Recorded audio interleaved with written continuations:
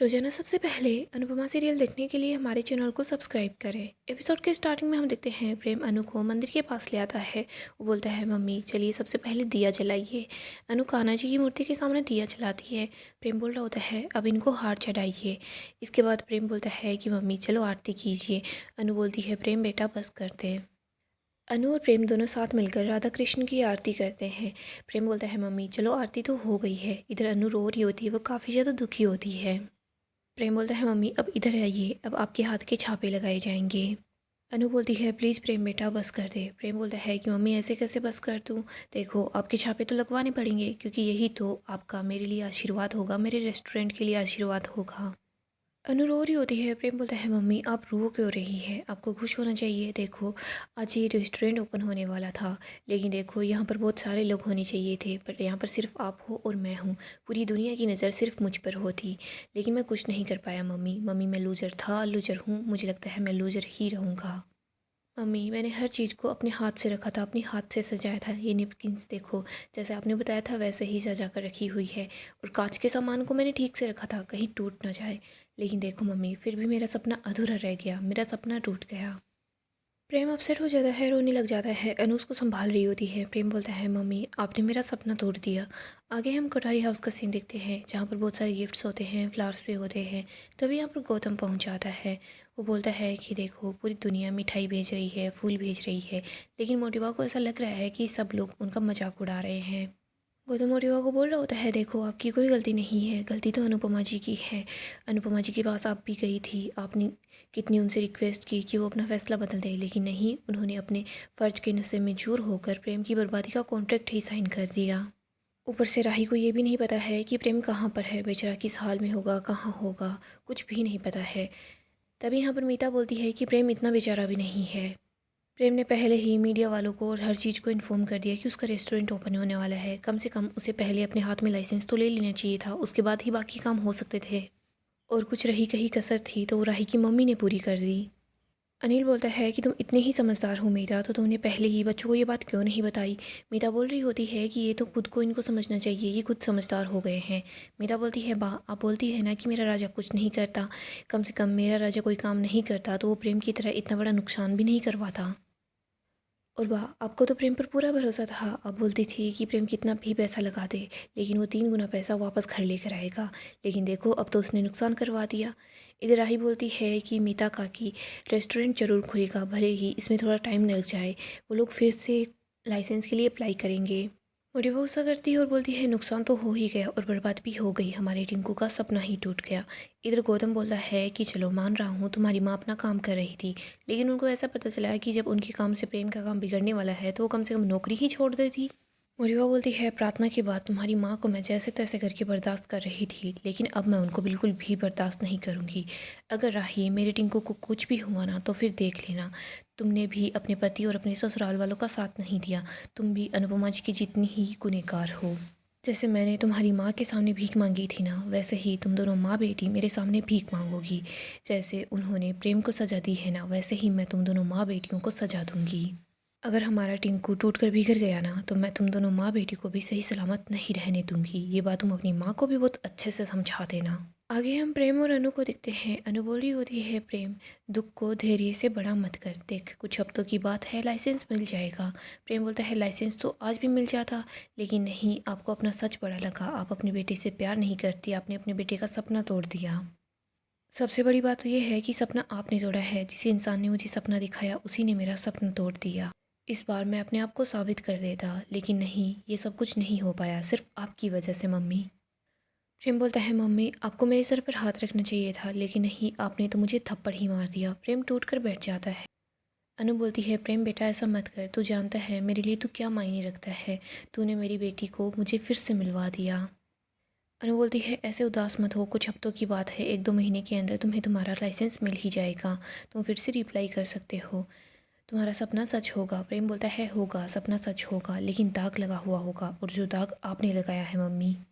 आगे हम राही को देखते हैं। राही चीज़ों को इधर उधर फेंकती है, बोलती है कि मम्मी ने ऐसा क्यों किया, मैं प्रेम को कैसे संभाल पाऊंगी। ख्याति राही को गले लगाती है और बोलती, शांत हो जा। राही बोलती है, माँ प्रेम कहाँ होगा, मैं उसको कैसे संभालूंगी, मैं अपने आप को नहीं संभाल पा रही। इधर हम प्रेम को देखते हैं। प्रेम अनु को बोल रहा होता है, मम्मी मैंने आपका हमेशा साथ दिया, अगर ज़रूरत पड़ी ना तो मैं आपके लिए भगवान से भी लड़ जाता, लेकिन आप तो मेरे लिए अपने आप से भी नहीं लड़ पाई। मम्मी जो भी गलतियाँ थी ना, मैंने बोला था कि मैं 1 हफ्ते के अंदर सुधार लूँगा, लेकिन आपने थोड़ी सी बेईमानी नहीं की सिर्फ मेरे लिए। अनु बोलती है, मैं जो कर सकती थी मैंने किया, मैंने कंपनी वालों से बात की, मैंने उनको बोला कि वो 1 हफ्ते की मोहलत और दे दे। प्रेम बोलता है, लेकिन फिर भी आप कुछ भी नहीं कर पाई। प्रेम अपने आंसुओं को पोंछता है, अनु के सामने हाथ जोड़ता है और बोलता है कि मेरे यहाँ बुलाने पर आप यहाँ पर आई, उसके लिए आपका धन्यवाद। जाने से पहले आप एक और काम कर दीजिएगा। प्रेम अनु का आशीर्वाद लेता है और बोलता है कि शायद हो सकता है कि इसके बाद हम आपसे कभी ना मिलें। अनु बोलती है, प्रेम सही का साथ देने की, सच का साथ देने की इतनी बड़ी सज़ा? प्रेम बोलता है, नहीं, ये सज़ा बेटे का साथ ना देने की है। प्रेम ये बोलकर वहाँ से चला जाता है। अनु वहीं बैठ जाती है और रोने लग जाती है। आगे हम राही को देखते हैं, जो प्रेम के पास बार बार कॉल करती है। वो देखती है कि प्रेम घर आ गया है। राही दौड़कर प्रेम के पास जाती है, उसको गले लगा लेती है। वो बोलती है कि थैंक गॉड तुम यहाँ पर आ गए। प्रेम तुम बिल्कुल फिक्र मत करो, कुछ दिनों की बात है, हम दोनों मिलकर सब कुछ ठीक कर देंगे। गौतम बोलता है, राही ये बातें कहने में काफ़ी आसान है, लेकिन पति को ये सुनना पड़ता है तो कान से खून निकल आता है। प्रेम इस बार मुझे सच में तेरे लिए बहुत ज़्यादा बुरा लग रहा है। देख तेरी हालत भी मेरे जैसी ही है। ये राही तुझे अपना कंपटीशन मानती है, तभी तो इसने अपने बॉस से बात कर ली और अपनी जगह अपनी मम्मी को भेज दिया और अपनी मम्मी से ये काम करवा दिया। इसने ये सब कुछ इसलिए किया ताकि ये तुझे बर्बाद कर सकते हैं। माही भी तो सेम ही मेरे साथ कर रही है, और वैसे भी एक ही घर की बेटियां हैं, जो माँ सिखाएगी वही ये लोग करेंगी। राही बोलती है कि गौतम तुम चुप रहो। ख्याति को गुस्सा आता है। वो बोलती है कि गौतम तुम अपनी बकवास को बंद करो। पहले तुमने प्रार्थना के साथ कितना कुछ गलत किया, फिर तुमने माही के साथ गलत किया, और अब तुम प्रांशी को हम लोगों से दूर करना चाहते हो। अगर तुमने मेरे बेटे को भड़काने की कोशिश की ना, तो मैं तुम्हारा वो हाल करूँगी तुमने सोचा भी नहीं होगा। अनिल बोलता है कि गौतम ये मत सोचना कि भाभी इस घर में अकेली है, इस घर में और भी बहुत सारे लोग हैं जो तुम्हारा सच जानते हैं। राही प्रेम को बोलती है, प्रेम कुछ दिनों की बात है, तुम बस सारा का सारा काम अच्छे से देख लेना ताकि इस बार कोई भी गलती ना हो। इधर मीता बोलती है कि हाँ वैसे भी प्रेम तुम कौन सा काम करते रहते हो, घर पर ही तो रहते हो, 1-2 महीने और घर पर रह जाना। इधर अनिल बोलता है, मीता तुम चुप रहो। प्रेम बोलता है, आज काकी को कोई चुप नहीं कराएगा। वैसे भी काकी सच ही बोल रही है, मैं नालायक ही तो था, मैंने कभी कुछ नहीं कर पाया। राही बोलती है, प्रेम तुम ऐसे हार नहीं मान सकते, तुम मंजिल के बहुत ज़्यादा करीब हो। प्रेम बोलता है, मंजिल तक पहुंचने से पहले ही सांस टूट गई। राही, सपना पूरा होने से पहले ही मेरी हिम्मत टूट गई, क्योंकि मैं लूज़र हूँ, मैं बेचारा हूँ। प्रेम बोलता है, मैं लूज़र था और मैं लूज़र ही हूँ। वो मोटिबा के सामने हाथ जोड़ता है और बोलता है, सॉरी मोटिबा, मैं कोठारी परिवार पर लगा हुआ धब्बा हूँ। वो बोल रहा होता है, मैंने आज तक कुछ नहीं किया, आगे भी मैं कुछ नहीं कर पाऊँगा, मैं लूज़र हूँ, सॉरी मुझे माफ़ कर दीजिएगा। फिर वो बोलता है कि नहीं, आप लोग मुझे माफ़ मत कीजिएगा, सारी गलती मेरी ही तो है। प्रेम अपसेट होकर वहाँ से चला जाता है। आगे हम अनु को देखते हैं। उसको लगता है कि यहाँ कोई आया है। वो सोचती है प्रेम है। वो जैसे ही पीछे मुड़ती है तो अपने सामने प्रेरणा को देखती है। प्रेरणा बोलती है, आज यहाँ पर ओपनिंग होने वाली थी, लेकिन आपकी वजह से सब कुछ बेकार हो गया, किसी अपने ने ही हमारी पीठ में छुरा भोंक दिया। अनु बोलती है, मैंने कुछ भी नहीं किया ऐसा। प्रेरणा बोलती है कि जो लोग वादे करते हैं वो वादे तोड़ देते हैं ना, उसको छोरा भोंक नहीं बोलते हैं। प्रेरणा बोलती है, आपने मुझसे कितने वादे किए, लेकिन आपने सारे के सारे वादों को तोड़ दिया। मैं जब से आपसे चोल में मिली थी ना, तब से आपने मुझसे वादे किए थे कि आप मेरा इतना सपोर्ट करोगी, इतना साथ दोगी, लेकिन नहीं, आपने सब कुछ ख़त्म कर दिया। अनु बोलती है, बेटा मैंने जानबूझकर कुछ नहीं किया, मैंने बस अपना काम किया। प्रेरणा बोलती है, काम किया? आपको पता है क्या, होली वाले दिन आप लोगों ने मेरी आंखें खोल दी। तब से मैंने सोच लिया था कि मैं राही को नहीं खोना चाहती, प्रेम को नहीं खोना चाहती, स्पेशली मैं आपको नहीं खोना चाहती, और तभी से मैं अपने पैरों पर खड़ा होना चाहती थी। ये रेस्टोरेंट सिर्फ प्रेम का नहीं, मेरा भी सपना था। और प्रेम आपको अपनी मम्मी मम्मी बोलता है ना, अपनी माँ से भी ज़्यादा ऊपर रखता है, और आप मेरे लिए मेरी सेंटा बहन थी। अनु बोलती है, सेंटा बहन थी? मैं अभी भी तेरी सेंटा बहन हूँ। प्रेरणा बोलती है, नहीं, आप मेरी सेंटा बहन हो ही नहीं सकती, आप मेरी कुछ नहीं लगती हो मैम। प्रेरणा बोलती है, मैं आपसे बात भी नहीं करना चाहती। प्रेरणा वहाँ से जा रही होती है, बट वो रुक जाती है।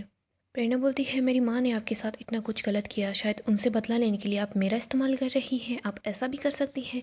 अनु बोलती है, चुप हो जाओ वरना मैं तुझे एक थप्पड़ लगाऊंगी, तुम सब लोगों की अकल ठीक हो जाएगी। जब से बोल रहे हो कि मैं ही गलत हूँ, मैं ही गलत हूँ। एक तो मैं यहाँ पर तुम लोगों की जांच करने के लिए आई थी, फिर मुझे रूल्स के हिसाब से आप लोगों से बात भी नहीं करनी चाहिए थी रिपोर्ट सबमिट करने से पहले, लेकिन फिर भी मैंने रिपोर्ट सबमिट करने से पहले तुम लोगों को तुम्हारी एक एक गलती को समझा दिया, ताकि जब रिपोर्ट्स तुम्हारे पास आए ना, तो तुम लोगों को इतना बड़ा झटका ना लगे। तुम लोग मुझे समझने की कोशिश नहीं कर रहे हो। और तुम तीनों ने क्या किया? तुम तीनों मुझे ये बोल रहे थे कि मैं अपने काम के साथ बेईमानी करूँ। मैं अपने काम के लिए बहुत ज़्यादा तरसी हूँ। जिस कंपनी ने मुझे काम दिया, तुम लोग उसी कंपनी के साथ मुझे धोखा करने के लिए बोल रहे थे। और तुम तीनों को क्या लगता है मेरी रिपोर्ट्स बदलने से सब कुछ ठीक हो जाएगा? तुम लोग भूल रहे हो क्या, मेरे साथ 2 लोग और थे, उन्होंने भी वही सारी गलतियाँ नोटिस की जो मैंने नोटिस की। वो लोग फ़ोटोज़ भी ले रहे थे, कंपनी में उन्होंने वो फ़ोटोज़ भी भेज दी। और क्या मैं कंपनी में जाकर ये बोलती कि प्रेम मेरा दामाद है और ये मेरी बेटी का रेस्टोरेंट है, तुम लोग उनको बस एक चांस और दे दो। तुम्हें क्या लगता है ऐसा करने से कुछ भी हो जाता? कुछ भी नहीं होता। और तुम लोगों को क्या लगता है, तुम लोगों को ऐसी हालत में देखकर मुझे अच्छा लग रहा है? ऐसा बिल्कुल भी नहीं है। तुम्हारी उम्र में ऐसा सपना टूटना सच में बहुत बुरा लगता है। लेकिन लाइसेंस आज नहीं मिला है, बट कुछ हफ्तों बाद मिल जाएगा। 1-2 महीने की बात है। अच्छे से तैयारियां करो, हर चीज़ को अच्छे से चेक करो। तुम लोगों को तैयारी करनी चाहिए, लेकिन तुम तो हर चीज़ की जिम्मेदार मुझे ठहरा रहे हो। रेस्टोरेंट ओपन होने के बाद, काम शुरू करने के बाद पता चलता क्या तुम लोगों की पाइप फटेगी या नहीं फटेगी, लेकिन हम लोगों को पहले ही सब कुछ कैसे दिख गया। तुम लोगों को भी रूल बुक दी गई थी ना, तुमने रूल्स ठीक से क्यों नहीं पढ़े? तुमने क्यों नहीं देखा कि गैस लाइन गैस के जस्ट ऊपर की तरफ ही है? गलती तुम लोग करते हो और जिम्मेदार मुझे ठहरा देते हो। तुम लोग मुझे बोल रहे हो कि मैं तुम्हारी दुश्मन हूँ, मैं बुरी हूँ, लेकिन गलती मेरी यही है कि मैंने तुम लोगों को वो बुरी खबर दी। जो बुरी खबर लेकर आता है ना, वो दुश्मन नहीं होता। मैं सिर्फ अपना काम कर रही थी, वो भी पूरी ईमानदारी के साथ। प्रेरणा बोलती है, अच्छा तो आप अपना काम कर रही थी, फिर ठीक है आप अपना काम कर रही थी, लेकिन फिर भी आपको क्या पता कि हम पर क्या बीत रही है। उम्मीदें हमारी टूटी है, सपना हमारा टूटा है, आपका नहीं। आपका दुख हमसे बड़ा नहीं हो सकता।